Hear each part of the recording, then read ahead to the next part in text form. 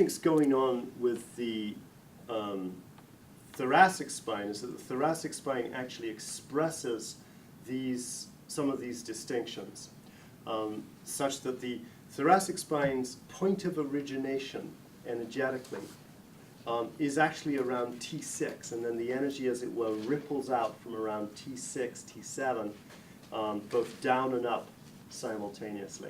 So if you look at this little chart I gave you, you'll see that around T6, T7 we have Shaoyin, right? We've got Shaoyin above and Shaoyin below. And so you see that there's a kind of a rippling out. Shaoyin at the level of the heart, and then Shaoyin below that, and then Jueyin, Jueyin, Taiyin, Taiyin. It's a specific structuring. Now in Chinese, early Chinese thinking, okay, well, let's backtrack a little. In modern Chinese thinking, and by modern I mean the last 2,000-something years, since the writing of the Neijing, the heart has always been considered a fire organ. Right? It's always been fire. But originally, actually just as recently as 2,200 years ago, back when the Neijing was actually still being put together, the heart was considered an earth organ. And that's kind of significant, because that right heart quality, that container quality, is the quality of the heart as earth, a type of earth energy. It's the earth energy that is like an earthenware pot that could contain something, right? It's a container earth energy. And for the ancient Chinese 2,500 years ago, the understanding that was absolutely like paramount was that the heart is an earth organ. And in fact, in the Shuowenjiezi, the first dictionary of Chinese thinking, the heart is simply defined as an earth organ, not a fire organ. It's kind of interesting. I would argue that earth organ quality is that right heart quality, which is also connected to this tissue that migrates down and forms the septum transversum and the falciform ligament, an aspect of the diaphragm. It bisects through the liver, through the duodenum, and kind of cuts across the body.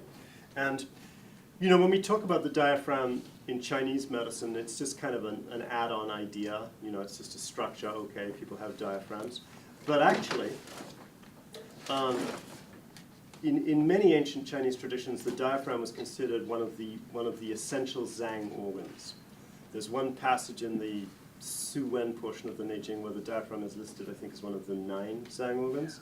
And there's another interesting tradition which I'll mention in a little while, where the diaphragm is clearly one of the 5 Zhang organs, actually. So I believe that there's a quality that comes across here that is critical to an understanding of the thoracic spine, and it's why there's this point of origination that comes right into the middle of the thoracic spine. And in essence, your thoracic spine is about the sort of spherical structure of your chest, and the whole spherical structure of the chest and the wrapping of the 12 ribs and so on is a kind of surrounding energy around the very most spiritual and most essential aspect of what a human is.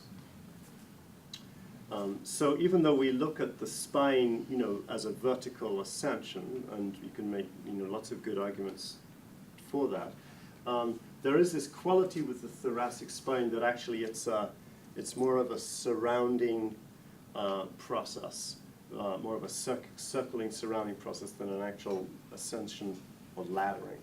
And that's basically how I see it. So when I look at that energetically, what I see is that there's an energy that comes in around T6.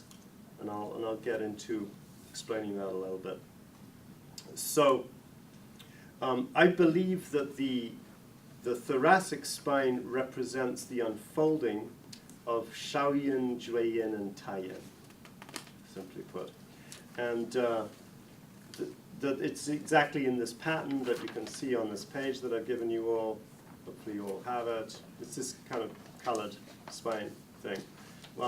where Shaoyin comes in at the level of the heart, and then underneath that, at the level of the Du channel and at the level of the diaphragm. So let's get into this a little bit. So what are Shaoyin, Jueyin, and Taiyin, and why would they be sort of manifesting through here? Well, they manifest through here because all the Zhang organs are yin. So all the Zhang organs are the essential functional intelligences of the organ systems of the body, and they're all yin, right? The heart, lung, spleen, liver, kidney, and so on are all yin organs, and yin meaning that they store, which is what Zhang means, that they gather and store essential essences. And fundamentally, they're also gathering, storing, and holding intelligence. Right? When you think about just the kidney Zhang organ and everything that the kidney system rules and manages in the body, it's obviously functions as a considerable intelligence, and that's the same for each of the Zhang organs. Each of these essential organs contains an intelligence. That means it contains a consciousness that has an intelligence. So, and that's a whole view in Chinese medicine. It's often quite well expressed in the five-element traditions, where they talk about the 12 officials, right? That there's a whole aspect of beingness. And you know, children often have a very natural grasp on this. When I grew up, I used to like read these cartoon books that would show pictures of like little people inside your body doing stuff. Maybe that's why I'm in Chinese medicine right now. Do you know what I mean? Does that make any sense to you? Yes. They regularly come up with these picture books for children where there's these little people inside of you, you know, moving things around and doing things. And you know, I think that makes more sense to me than advanced anatomy and physiology in some ways. I think there's a lot of truth to that. I think that oftentimes what we present to children is actually, or what children see and can relate to is actually often talking about a deeper truth. So all of the Zhang organs are yin, and so let's talk about the 6 phases, and so the 6 phases is hey, I just realized that's not quite the right term for them. What's the correct term for the 6 phases? You know, Taiyin, Shaoyin, Jueyin. Say it again. Confirmations. 6 confirmations. Ooh, I hate that. Is there another term? Yeah, I hate that too. 6 stages. 6 stages. Okay. There's these 6 stages. What the heck are they? It's very nebulous, actually, as to exactly what they are, but I'm going to just write them down for you and list them and try and make sense of them a little bit. And I guess I'll do it up here, because then that will make sense. So in yin terms, there's Taiyin, Jueyin, and Shaoyin. And in yang terms, I'll just write them over. Well, I'll put the yang ones over here. It's very eccentric of me, sorry. In yang terms, there's Taiyang, Yangming, and Shaoyang. So when the ancient Chinese philosophers were kind of looking at the fundamental core energies of the universe, they realized that there's yin and yang, right? And then they realized that once you get to yin and yang, then you've got 3 further divisions of yin and 3 further divisions of yang. And essentially, there's yin that opens, there's yin that closes, and there's yin that pivots, right? And similarly, there's yang that opens, yang that closes, and yang that pivots, right? So they're looking at yin and now we think of yin and yang as, okay, yang is the ascending and yin is the descending, yang is moving out and yin is moving in. But now it's almost like you're looking at a 3-dimensional model of yin and yang. And of course that model is well expressed in the Tai Chi symbol, right? Where you have, you've got that symbol like that where you've got maybe yang ascending but a little spot of yin in the middle, and yin descending, a little spot of yang in the middle. But what Tai Yin, Jui Yin, and Shao Yin are doing is they're defining three qualities of yin and three qualities of yang. So in terms of, if we were to look at it in relation to this model, the pivoting is occurring right in the center of these little spots here. There's this kind of swirling, pivoting motion. And the expansion is obviously coming up in here, right, where you see the sort of expansion. And the closing or compression is kind of coming in here, right?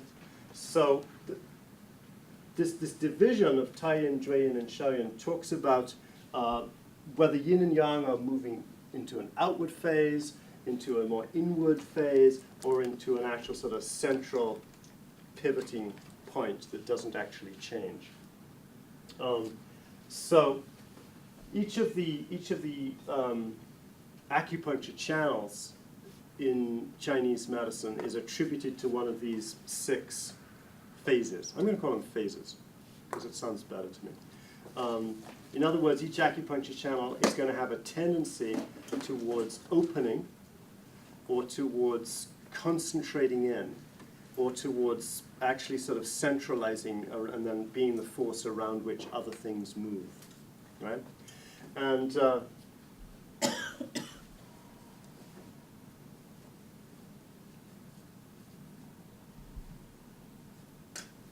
think what else to say about that. So let's look at that in relation to the thoracic spine for a minute, and to the back shoe point system.